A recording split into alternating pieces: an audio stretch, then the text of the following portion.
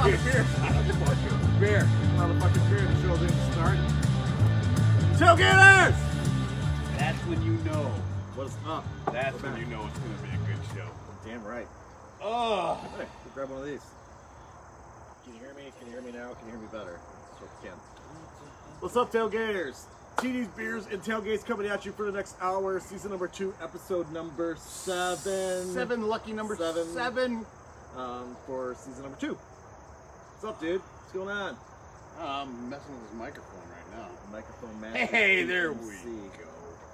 What is happening, Tailgaters? Oh, I am Buffalo J. I'm B-Rye. We are your hosts for the next hour or so, talking about some fantasy football, real football, your escape from the real world, and talk about some sports. Let's do that. This will be a COVID-free show. Yeah. Practicing social distancing, 6 inches apart. We're 6 good. inches. We're good. What? You know all about that 6 inches there, pal. What are you drinking today, pal? You know, it is a beautiful, gorgeous day here in the Midwest in northern Illinois. And I went with some refreshment stuff, man. I went with a Bud Light Orange. Oh, yeah. And I'm enjoying it. Right on. Today, we are going to give you previews of the NFC and AFC East. So I am going with that theme, and I went with a lager. Yingling Lager, made in Pennsylvania. Good beer. Yep, you betcha. Oldest brewery in the U.S., dude. Believe it. Yeah. So anyways, getting to the East Coast. Pretty much, actually, they come all the way out to Indiana now, so they're kind of creeping out to the Midwest a little bit. Creeping. But a good East Coast beer to represent. So there you go. Cheers. Here we go. Cheers, brother. Yeah. What you got wearing today? So me, I am wearing a Washington Redskins. Wait, what? T-shirt. Not the Washington football team. Washington Redskins. Nice. I'm not offended. I'm sorry if anybody is. I do apologize for that, but don't be. 83 years, representing the history of the NFC East, one of the oldest teams in the NFL, the Washington Redskins. Love it. I am wearing, come on, number 14. It's not Ryan Fitzpatrick. Oh, no. No, it's not a Sammy Watkins. Where's the beard these days? It is Stephon Diggs, baby. Because, hey, we're talking about the AFC and NFC East, and there's no better way to represent my beloved than the best signing in all of the offseason. Sorry, Buccaneers. But it's definitely one of the best signings in the NFL. Beautiful trade that happened, and I couldn't be happier to have a young stud wide receiver. And man, did he have a good interview today. I'm excited. I have not seen I'm that excited. interview. You should be excited. You know, they've had a more exciting offseason than my beloved. So good for you. Good for the Bills. Good for Stephon Diggs. And he's got a quarterback with a big-ass arm that could throw the ball down the field. He can get down the field, and hopefully they have a good season. Yeah, hopefully. All right. So that's what we got going on. And food. Hey, we got the grill going. The kettle is fired up. We got ourselves some brats today. Right on. Beautiful beer brats. Right now, they're just chilling in the beer and onions and seasonings and all that goodness, bubbling up nice. We'll put a sear on them. We're going to eat in front of you. That's just what we always do, yeah. That's what we do. So I'm looking forward to it. And this is a big old yeah, buddy. Yeah, That's buddy. all I can say is it's a big old yeah, buddy. Right on. That's what we're drinking and we share wearing. this to our group yet? Oh, no. Yeah, we probably should share it to the group because, you know, for some reason, you guys have a hard time going to the page. And you end up going to the group looking for stuff, and it's like, man, we still can't get them to come over yet. Can't get them to come over to the page. Working on it. You know, we're trying. We're trying to get you guys to know the difference. I know it's hard. It's Facebook. We're not all good with this social media stuff. I get it, but there is a difference between a page and a group, and we try to post our stuff on the pages, but we'll share it over to the group real quick, and hopefully we get a couple more of you guys to jump on in here. ask us some questions, We should be shared. and we'll see what happens. Live. All So, right. okay, cool. All right, hey, as always, we gotta give a shout out to our one of our partners here, which is Monkey Knife Fight. In fact, if you're already signed up, Monkey Knife Fight actually gave you a free $5. They had the Monkey Knife Fight stimulus plan. So Nice. free $5 to bet with. How cool is that? So if you're already signed up, you had a free $5. If you haven't signed up, go in there now and sign up with the promo code Tailgaters, and they'll match 100% on your first $50 deposit instantly. So not only you get that $50, they give you a free $5. They're just giving away money to go bet with. Again, basketball, hockey, baseball, football soon, all kinds of UFC, stuff they going got on. UFC, NASCAR, golf, you name it, you can get on there. You're betting against the house, not against the Sharks. So it's the way to go, man. MonkeyKnifeFight.com. Remember, promo code Tailgaters. Tailgaters, baby. Come on, get that free money. Yeah, buddy. Righty. Where do you want to go? You want to go with opt-outs? It was the opt-out deadline? 4 o'clock today, 4 o'clock Eastern, was the deadline to opt out of the 2020 NFL season for COVID-19 reasons. They had a couple different levels. It was like a low level, medium, and high level. Low level means like, I don't want to play because I don't want to catch COVID. All right, you get $150,000 this year, and your contract rolls over for another year. They had second level. All right, you know what? I got asthma, diabetes. I got some High risk. I got some shit. I'm high risk. Yep. You get $350,000. Contract rolls over. And then there's we don't know. Well, we don't know. You Category. get the ones that just say, you know what, I just don't want to play. Yeah, exactly right. So a total of 66 players decided to opt out in the 2020 season. Not terrible. It's not a huge. No. We got a list of the notables here for you, especially in fantasy land. We can touch on a couple of those right now if you'd like. You know, I'm going to touch right away with Of course, you the New England Patriots, the team that had the most opt-out players at 8. I'm not sure. Is it COVID related, or is it because Tom Brady's not your quarterback no more? I mean, I'm just trying to figure some things out here.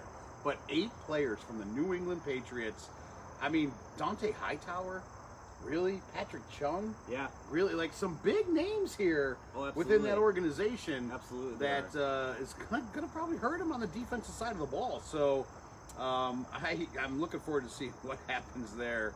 And another one coming out of the East, since we're pretty much talking about AFC, NFC East here, is C.J. Mosley. Yeah. C.J. Mosley for the Jets. I mean, the guy was a stud last year. And honestly, that game with Buffalo, in the beginning of the year, I mean, once he got injured and got out of that game, it was a completely different defense. C.J. Mosley brings a lot to that defense, and for him to opt out, and again, I don't know his reasons behind it. Not sure if he's got family members, high risk, this and that. I get it, whatever. But I thought that was a little shocking coming out of the New Jersey Jets. You know what? I agree, and they lost to Jamal Adams, so that's 2 big hits to their defense. Right. Oh yeah, linebacker Yep. and a decent safety. That's a huge hit to the Jets defense. And there were actually a few teams that did not have anybody opt out. The LA Chargers, Atlanta Falcons, and the Pittsburgh Steelers. Yeah. So all 3 of those teams were safe from the opt-outs in 2020. So good for those guys. And as Jay mentioned, so far the guys who got hit hardest were the Patriots. So they had 8 players who sat out. The Browns next with 5, and then most others, we got 1, 2, or 3 guys. Nothing huge. No. Something that points out or stands out to me, and I was going to talk about this a little bit as we get into our East reviews, is the Dolphins. So they lost 2 receivers, Albert Wilson and Alan Hearns. Yeah. So again, Devontae Parker obviously is the guy you want there fantasy-wise. Exactly. But it's good. There's going to be some young guy. Somebody's going to have to catch some balls at that position. So there could be some young guy we'll talk about later who might step up in Miami. We'll see. Who's going to throw him? Tua, the Beard. No way. The Beard. Beard. The Beard. We're going with Fitzy, baby. Yep. There you go. All right. Well, that was fun for a bit right there. Beer. Oh, where are we going next? Fantasy draft talk? Fantasy draft. So a lot of people have had drafts already. There are drafts coming up. Man, having drafts this early, I don't know. I've never been a big fan. It's tough because of this year. You know, it is, but at the same token, a lot of teams do drafts early on. I'm not personally a big fan of early August drafts. I'd much rather see something, late August. Yeah, yeah. Get that preseason, get the training camps going, and let's see where the injuries are, stuff like that. So, never been a fan. No, me neither. I like to wait. Labor Day weekend's always tough. I mean, it would be the perfect weekend to draft if you can, but a lot of people are, vacationing with their families and whatnot. Right. So that weekend right before Labor Day to me is a perfect weekend to do your fantasy draft. And that's what we do. Our big league, CDs and beer. That's when we draft. So Sometimes. that's what I like.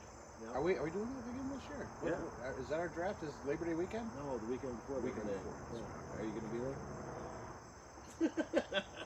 I don't know. We maybe. No, you know me. Jesus, I came in second last year, right?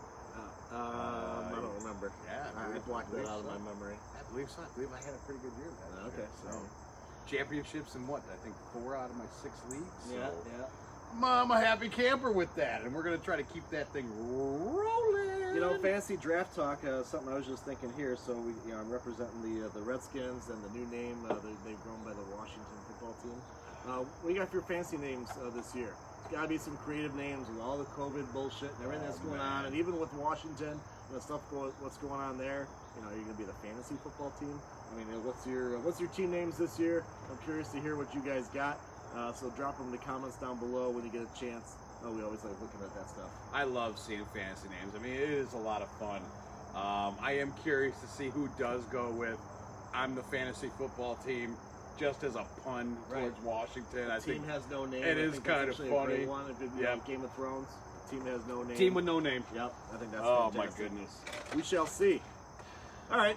Why don't we get into our previews right now? Let's start out in the NFC. And how about the Dallas Cowboys to lead off? What do you think? I'm going to let you go ahead. Yeah, let's lead off with the Cowgirls, and let's see what happens. All right. So, as we did last week, we're going to talk a little bit about the team, what they did in the offseason, and what we think their record's going to be, and any fantasy relevance for that team. The Cowboys. I have the Cowboys, before I get into their nuts and bolts here, I have them finishing at 9-7 atop the East. I think the East is going to be the NFC East, I should say, is going to be very mediocre again at best. The Cowboys have the three-headed monster of Dak Prescott and Ezekiel Elliott and Amari Cooper. It's not quite Aikman, Smith, and Irvin, but it is a decent three-headed monster, and all three are fantasy relevant. The big question the Cowboys have is at tight end. So Jason Witten has finally moved on. He retired, came back, didn't do much last year, and now he's a Raider. And they got Blake Jarwin. Don't know if he's going to do much for you. I don't think there's much relevancy in the Cowboys tight end there. Where you want to look at is who's going to have the better year at wide receiver number 2. Is it going to be Michael Gallup, who I always saw as a home run or bust type guy? And then they got the rookie CD Lamb. So CD Lamb, in my opinion, he's a better player than Gallup. I think he's going to get more targets. And to me, I'd rather have Lamb than Gallup in my lineup. Neither one of them. I'm going to take anywhere before maybe a wide receiver 3 or 4. But that's kind of where I see the Cowboys falling out in the fantasy world. Prescott, he's number 79 player overall in a PPR league, which puts him at, I don't know, that's probably quarterback number 12 or so. Actually, no, quarterback number 5. So ESPN has Prescott ranked pretty high. I think 5 is too high for Prescott. I think he's more of a lower half in your top 10, or maybe even peeking into the top 10. So anyways, that's kind of where I see the Cowboys this year. Zeke is a must-have. Again, he's going in the first round or 2. He's number 3. He's a first rounder. Zeke's going in the first round. You think so? Yeah. He's ranked number 3.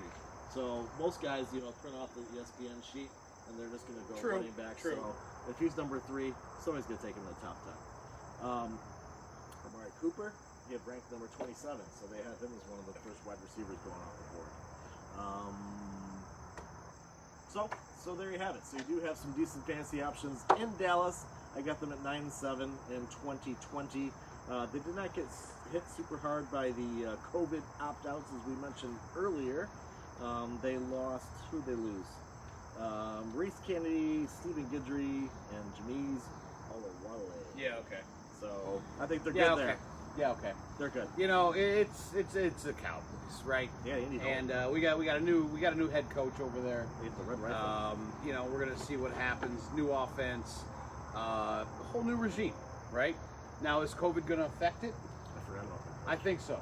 So I really do believe that I'll get into the prediction in a minute. But yeah, Dak Prescott, Ezekiel Elliott, Amari Cooper, yes.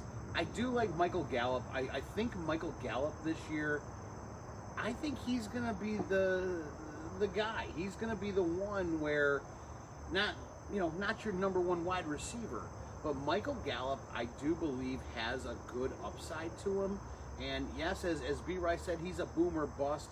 But I also think this year is boomer bust for him to have some longevity with the team. So I kind of like Michael Gallup. I think he is a good wide receiver 3. Definitely a solid flex. I think you could get Michael Gallup, depending on, if you're in a Texas league, if you're down in Texas playing, I'm sure he's probably going to go in like round friggin' 4 or 5. I personally think Gallup is definitely your later round. I'm going to go like right around the 8 to 10 range if you're going that way, depending on the 10, 12 league team. But yeah, I mean, COVID is definitely going to, I think, take its toll on the Dallas Cowboys this year. And I'd be a little concerned. Dak Prescott is a franchise player. How comfortable is he being a franchise? I know he signed the tender. Is he happy? Is he not? It's kind of a make or break year maybe for Dak Prescott this year. Is he tender? Huh? Is he tender? He's got a little tenderness going on right there. Little tenderness with the Prescott. And as far as Zeke goes, hey, he had his crap going on last year. I think he's going to be ready to go. Again, it all comes down to new offense, new coaching staff. What are they going to do? Are they going to be able to implement the system properly? At least they do have 3 guys on offense in Prescott, Cooper, and Elliott. Hell, even Gallup, who, they gelled last year. Where do I see him going? I actually believe they're going to finish 9-7. I believe they'll finish those second in the NFC East. And I will give my reasons behind that once we get over to somebody else. Okay. So there you have it. That's my take. One last player I want to mention on the Cowboys, and normally we don't care much about this in fantasy land, but Greg Zuerlein has a big leg. Cowboys kicker. I think Cowboys can score some points. So Zuerlein is probably one of your top 10 kickers, I think. He normally is, especially when he was with the Rams. So anyways, he's in Dallas now, and I think he's still relevant. All right, there you go. If they can score. For a kicker. If they can move the ball. I'm going to move on to the New Jersey Giants. I love it. The New Jersey Giants. So let's get right into these guys. Danny Dimes, new offensive coordinator in who? Jason Garrett. I actually like this. Guy knows the division. He definitely knows the division. I think he's very good with young quarterbacks. I think Danny Dimes has a great offensive coordinator this year, and I think it's going to help him out a lot. I like. I wish I would have done this sooner, but no, I do like where the team is going, and I said that the Cowboys are going to be 9-7, finishing second. I also believe the New York Football Giants. I'll give them the New York title. I won't do that with New Jersey. But I do believe that the GI Ants will also be 9-7. I think they will hold the tiebreaker over Dallas because I do believe they are going to beat Dallas twice this year. I think Jason Garrett can't wait to beat up on Dallas and show Jerry Jones, hey, you know what? You gave me some shit, bro. And I can tell you right now that I can take an offense and do what I can do. Saquon Barkley. Saquon Barkley is going to be a workhorse for that team. I like him. He's definitely going first round. Where should he be in the draft? It's debatable. Personally, for me, I believe Saquon should be between 3 and 5. I don't believe Saquon should be a 1 or 2. And then you get into some of the wide receivers. Sterling Shepard looked pretty good last year. Tate, Slayton. I mean, Slayton kind of came on last year out of nowhere, and they were very injured last year. The Giants were injured a lot, and they went through that change, going from Eli to Danny Dimes. So I think you're going to see some good play there. I like what they have, and I do like that Caden Smith, the tight end. He came on strong last year. He filled a void with Ingram out. I'm not a big Evan Ingram fan. You can't stay on the field. Caden Smith, he showed he can ball. He showed he can play. He showed he can run routes. And he was a good waiver wire pickup there that people were like, hey, hell, I put him in some of my FanDuel things, and it was working out well for me. So I like Caden Smith. And, like I said, 9-7, number 1. They're going to beat up on the Cowgirls twice, and they will win the NFC East crown. Eli Manning is retired. He's gone. Danny Dimes, it's your time to shine, dude. We already talked about Saquon. Last year, he was the number 1 consensus going into the draft. And you know what? He was a fucking workhorse in the playoffs. Fantasy playoffs, he was a stud. He was getting 25 to 30 points, which is what you want on your number 1 and number 2 pick at running back. So, Barkley, absolute stud. Don't think twice about drafting the dude. Go get him. They have another. I'm just curious. Where would you put Saquon? I gotta go McCaffrey number 1 and Barkley number 2. Okay. Barkley's he's such a stud. Assuming he's healthy for the whole season, the guy's just gonna he kind of reminds me of Barry Sanders, where he's like slippery, where people have trouble tackling the dude. He's strong as hell. I mean, he's got thighs like freaking trees. I mean, this guy is just he's strong. He is built to run through people, and he's very good at it. So I like Barkley a lot. But 1, 2. If I got picked number 1 and number 2, and I end up with McCaffrey or Barkley to start my fantasy team, I'm very happy. Nice. I'm cracking a couple beers and sitting around when it comes back to me. As I mentioned, Danny Dimes. So we talked about Ingram. I like Ingram, but he can't stay on the field. So I'm going to shy away from him and try to possibly get somebody instead of Ingram on my team. They have another guy too that kind of reminds me of Michael Gallup, and they kind of put Deshaun Jackson in the same category too, where it's a boomer bust dude, and that's Darius Slayton. So Darius Slayton, the guy's got speed. He can go catch that bomb and get you that 75-yard touchdown. But again, he's boomer bust. He might get you 3 points, he might get you 24. And I'd rather have somebody who's going to consistently get me 17. So I don't want that the boomer bust type. They're not my style. Number 1 receiver, Sterling Shepard, same thing as Ingram. Good player, but he has trouble staying on the field. Danny Dimes. Danny Dimes is actually ranked number 14.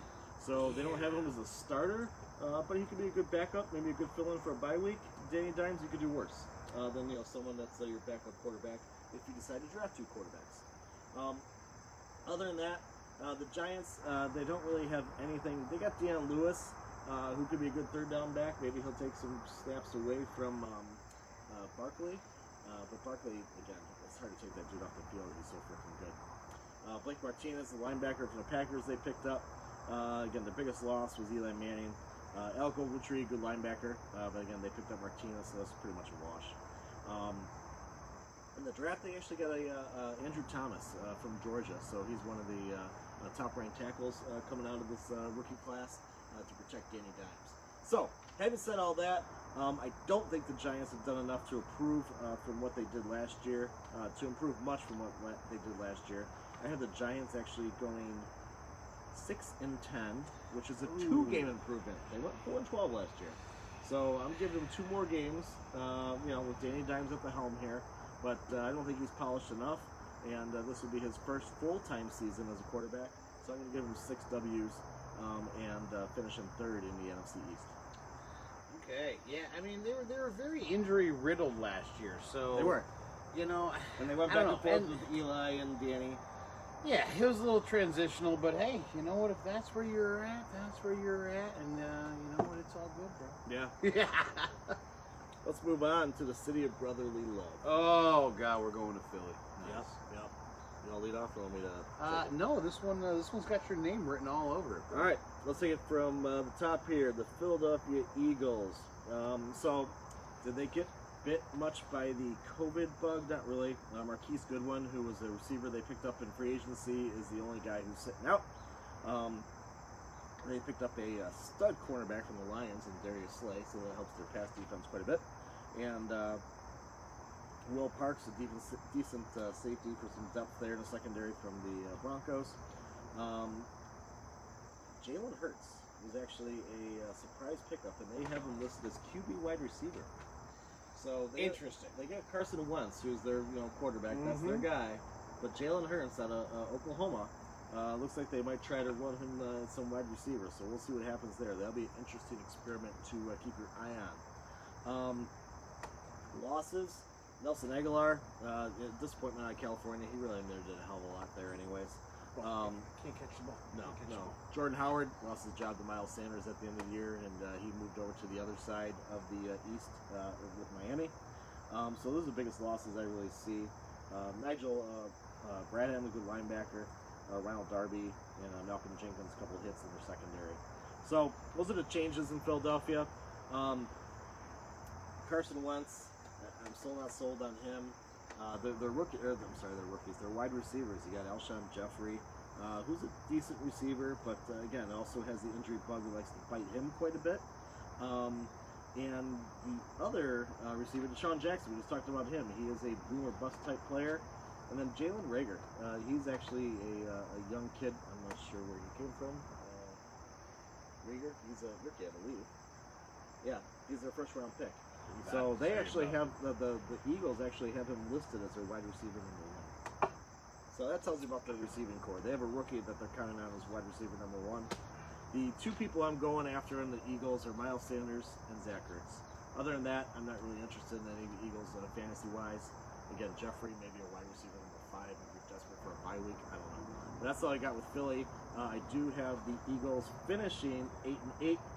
Which is one game down from last year's 9-7, in second place behind the Cowboys. All right, so with the city of brotherly love, you know what? Carson Wentz, he's a little hit or miss here with what they got going on. Running back wise, sure, Miles Sanders I think is going to be a good pickup for you guys in your fantasy drafts. Not a bad running back. I think they're going to be doing a lot of running of the ball this year. I think where, Philly really got hurt this year, they signed Marquise Goodwin, coming out of San Francisco, who is a pretty solid wide receiver, played some time in Buffalo. I know a little bit about the guy. They signed him, he opts out of the season. He opts out, yeah. He opts out. So I think that's where it's going to hurt him because Nelson Aguilar, right? Yeah. Is not, he's got hand problems. The guy's got hand problems. He's been all over their news last year. He's gone. He drops the ball. Yeah. So he gone. He gone. You don't need him anyway. So you got Deshaun Jackson. You got Alshon Jeffrey. Jeffrey is a solid pickup. Deshaun Jackson, you might have to get worried whether or not he's going to be suspended because he can't stay off Twitter and he's making stupid friggin' comments, right?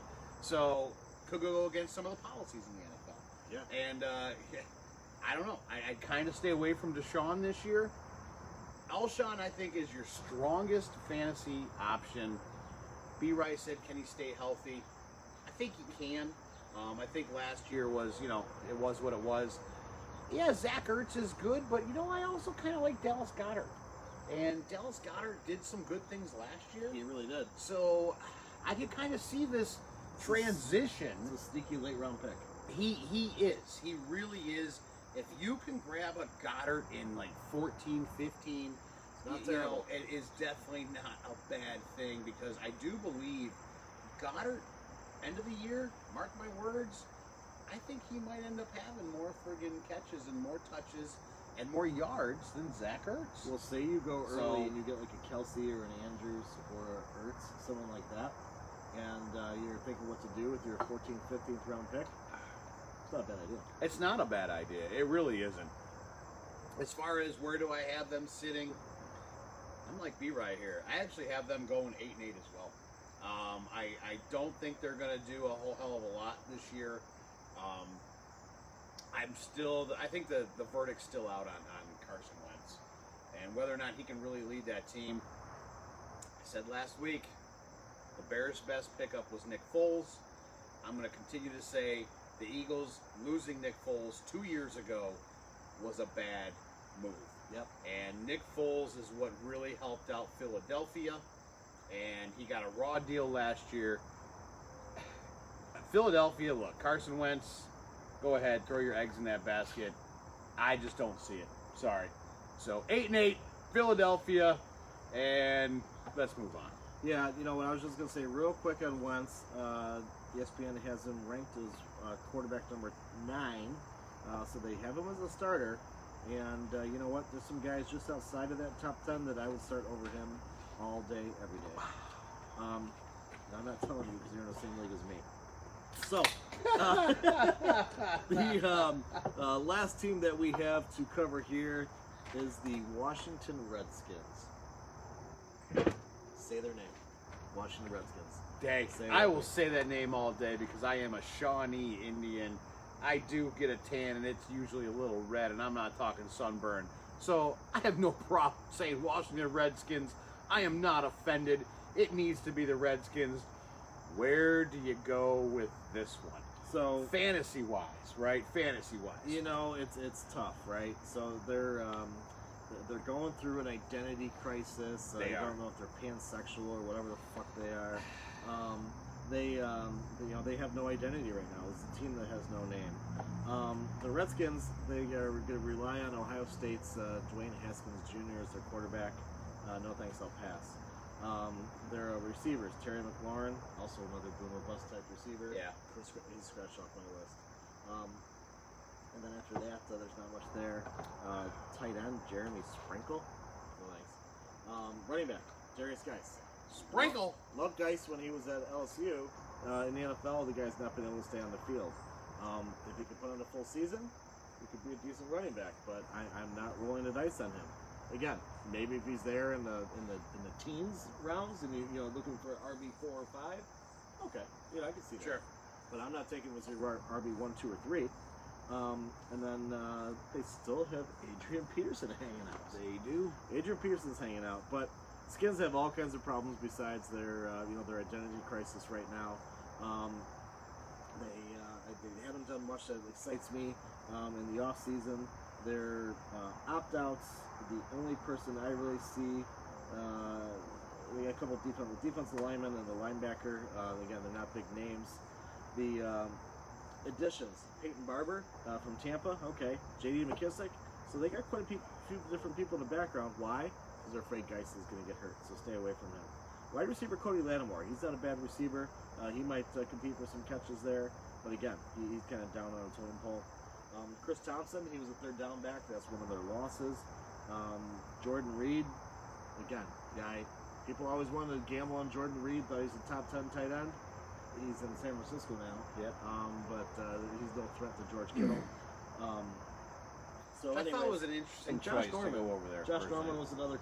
They lost again the secondary. Josh Norman and Quentin Dunbar. So actually, they lost both their starting corners, which is never good. So, and they replaced them with Kendall Fuller and Ronald Darby. So we'll see. But again, the Skins, they get all kinds of problems. I see the Redskins going 6-10. No, I'm sorry, that was the Giants. Redskins are going 4-12.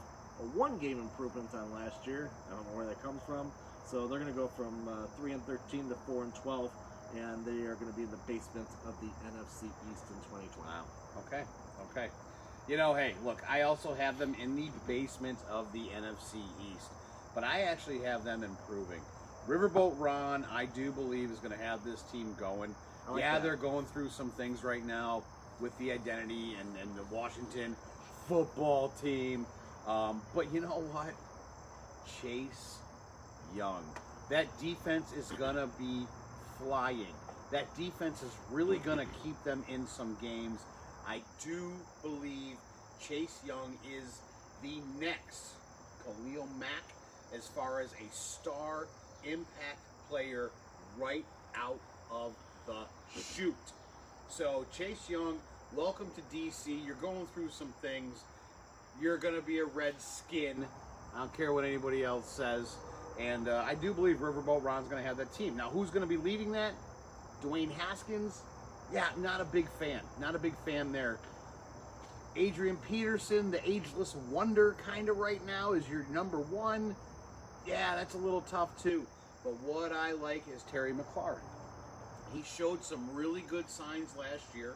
I do believe he's got a good rapport going on. Him and Haskins hooking up, I think, will be good. And I think you're going to see some new things this year, especially with a new regime, with Riverboat Ron. He's a gambler. You know, he's done some good things with Cam Newton. He's done some good things down there in Carolina. So I think he's going to bring a tough-nosed football program. No nonsense. This is what we're going to do. Very disciplined. Change the culture. Is he going to change it overnight? No. No. It's going to take a couple of years. But at the same token, I think they're going to put enough things in place this year to where the Redskins are going to finish in the basement, but at 7-9. Ooh. I do believe they're going to have a vast improvement from last year. I think Riverboat Ron is going to give, honestly, the Cowboys a little bit of run here. And it's going to be interesting, and I do believe they're going to beat up on Philadelphia a little bit. So I kind of like where he's going. I like the team in general. Terry McLaurin is a solid wide receiver pickup in fantasy land. Everybody else, just not there. I'm not there with them. I wouldn't be taking Haskins in any 16 rounds. I'm sorry, not going to happen. Would you take Terry McLaurin over Stephon Diggs? No. No. ESPN has McLaurin ranked Get out of here with this. 7 spots higher than Diggs. Are you seriously going to... ESPN? Yeah. This is ESPN. Yeah. ESPN, look, I know... We want to get into some things here right now. I just twisted his Twinkie, y'all. Let's get into some things here with ESPN. Who's ESPN owned by? Oh, yeah, Disney. Oh, yeah, okay. Yeah, guess what? No. I'm sorry, wherever you guys are with your stuff, and ESPN's gone way too political with their crap lately. I have no love for ESPN. ESPN can suck the wanky. Don't care. All their shit has gone off the rails. You know, they have been off. So you're going to put McLaurin over a 26-year-old proven all-pro wide receiver going to a team with an amazing arm, a great skill set. And don't give me this, oh, he's inaccurate, he can't. Bullshit. He was up over 60% last year in Josh Allen. I'm not going to deal with this kind of BS. He's got a better arm, a stronger arm than Patrick fucking Mahomes. So now you've just chapped my ass a little bit, I just made B-Ryan, Jay higher, and I'm a little on that pissed grill. Hey, to hear I was reporting the news. That's all Terry I'm here for. McLaurin 7 spots over Diggs. Yeah. Hey, all you guys out there that want to take McLaurin over Diggs, go right ahead. You go right ahead. Yeah. Let's see who's got the numbers. I'll put money on that shit. Oh God. Oh my. You God. just got me hot. Oh my! I couldn't believe it. You got me hot. I couldn't believe they had him ranked that high. So here's who they have after him, just for the hell of it. Okay, Jarvis Landry. DJ This is after McLaurin? Yeah. They got Landry after McLaurin. Jarvis Landry, DJ Shark, Devontae Parker, DK Metcalf, Tyler Boyd, AJ Green, Stephon Diggs. Who in God's name? I would take all those guys ahead of him. Who all in those guys. God's name made this? What retard at ESPN made this list? Don't know. Because whoever it is does not know fantasy. No. There's not a chance in hell. do you The agree? guy that did this list even has won a fantasy championship. Shit, you probably didn't even win a toilet bowl. All 7 of those no, dudes. I agree. All 7 of those dudes. Well, need okay, to be wait. drafted. Let's There go was, through 'em. I think there was one. Let's Wait. go through them here. Landry, Jarvis yes. Landry, yes. DJ Shark. It's a maybe. Keep going. He's a yes. Get the fuck out of here. Devontae Parker. Yeah. Oh, definitely. DK Metcalf. Yes. Tyler Boyd. Yeah. AJ Green. So they maybe. got Tyler Boyd, AJ Green. Okay. throw them in the AJ same Green. bucket. Yes. And then Stephon Diggs. Okay. So the verdict a little bit for me is, I guess, a little skewed with DJ Shark. For sure. Shark for sure. Shark was Yeah, Gardner Minshew did like DJ. I like TJ. You did good, He good was with great him. for me. I guess TJ Boyd is probably the one that I would say maybe not, and that's because what's going to be happening in Cincinnati. Okay, so where are we at with Cincinnati? What's going to happen? I don't know at quarterback. Maybe Boyd. But other than that, That's crazy. That's higher But than a kite. Again, that's why I love when people look at this list and they just draft by the list. Come my league. All right, let's move on. That wraps up actually the NFC East preview. Before we move on to the AFC, I'm really still Jay, chapped about this right now. before we move on to the AFC, can we talk about Monkey Knife Fight for a minute? Go right ahead, man. Go right ahead. I'm going to do something real quick. So Monkey Knife Fight, if you're signed up already, you got a free $5. The Monkey Knife Fight stimulus plan. They give you $5 for free to go ahead and bet on whatever you want. You got hockey, you got baseball, we have golf, we have auto racing, we have UFC, basketball, baseball, hockey. I'm not involved. Anyways, get on there, bet against the house, not against the Sharks. Sign up with our promo code today using Tailgaters, and you'll get a 100% match on your deposit up to $50 instantly at monkeyknifefight.com. Love it. All right, AFC preview. Let's start out with. Want to go way south and go all the way down to Miami? We go to the beach. Go ahead. Go right ahead. I'm still right now. Bienvenidos Ami. Welcome to Miami. All right, let's go. The Dolphins. So we talked about this earlier in the show. They have two guys that are opted out of COVID. They both happen to play the same position, wide receiver. Alan Hearns and Albert Wilson II. So this is a little thin at the wide receiver position for Miami. They have Tua. When's it going to be Tua time? I'm thinking the Beard's going to start out of the gate. I don't know. You gotta get Fitzpatrick out of the game. The Beard's going to start. He's going to start. Tua should just sit and watch and learn from the Beard. When are the Dolphins going to get tired of losing and throw Tua in there? Is it going to be week 6, week 10? I have no idea. No idea. Or is Tua even to see the field this year? I don't know. But they get Jordan Howard, who we mentioned. He moved from the NFC East to the AFC East. So it helps them a little bit at the running back situation. They also got Mac Breida from the Niners. So they picked up a couple running backs. Interesting. So look. Miami's going to have some issues. Listen, Miami's going to have some issues. They're going to have some Here's issues. the thing. All right. So we're talking about wide receivers, right? Devontae Parker, you got to go get Parker, okay? Parker is going to be a decent wide receiver fantasy-wise. You get him as your wide receiver number 2. I think that's pretty good. They got Devontae Parker over friggin' Stephon Diggs on that I list. don't fucking I'm still know. going back to this Jesus. ESPN list that has Terry McLaurin over Stephon Diggs. Yeah, Devontae Parker is I'm having a hard time Parker's also right now. over Diggs. Although, who are they going to throw to? Are they going to throw to that freaking tight end Mike Gesicki? I don't like him. So the wide receiver that you can look for, Preston Williams. So Preston Williams has been hurt a little bit. He got hurt in last year. He had an ACL he's recovering from. But he's a 6'5" receiver from Colorado State. I like big receivers. The 6'4", 6'5" guys, because you know what they do? They catch touchdowns. So he could be, I don't know how often Miami's going to be in the red zone, but Preston Williams could be a good sleeper. Dolphins are thin at receiver. He's a big target. He could be a red zone target. I don't like their tight end. Devontae Parker is not a red zone target. So there you go.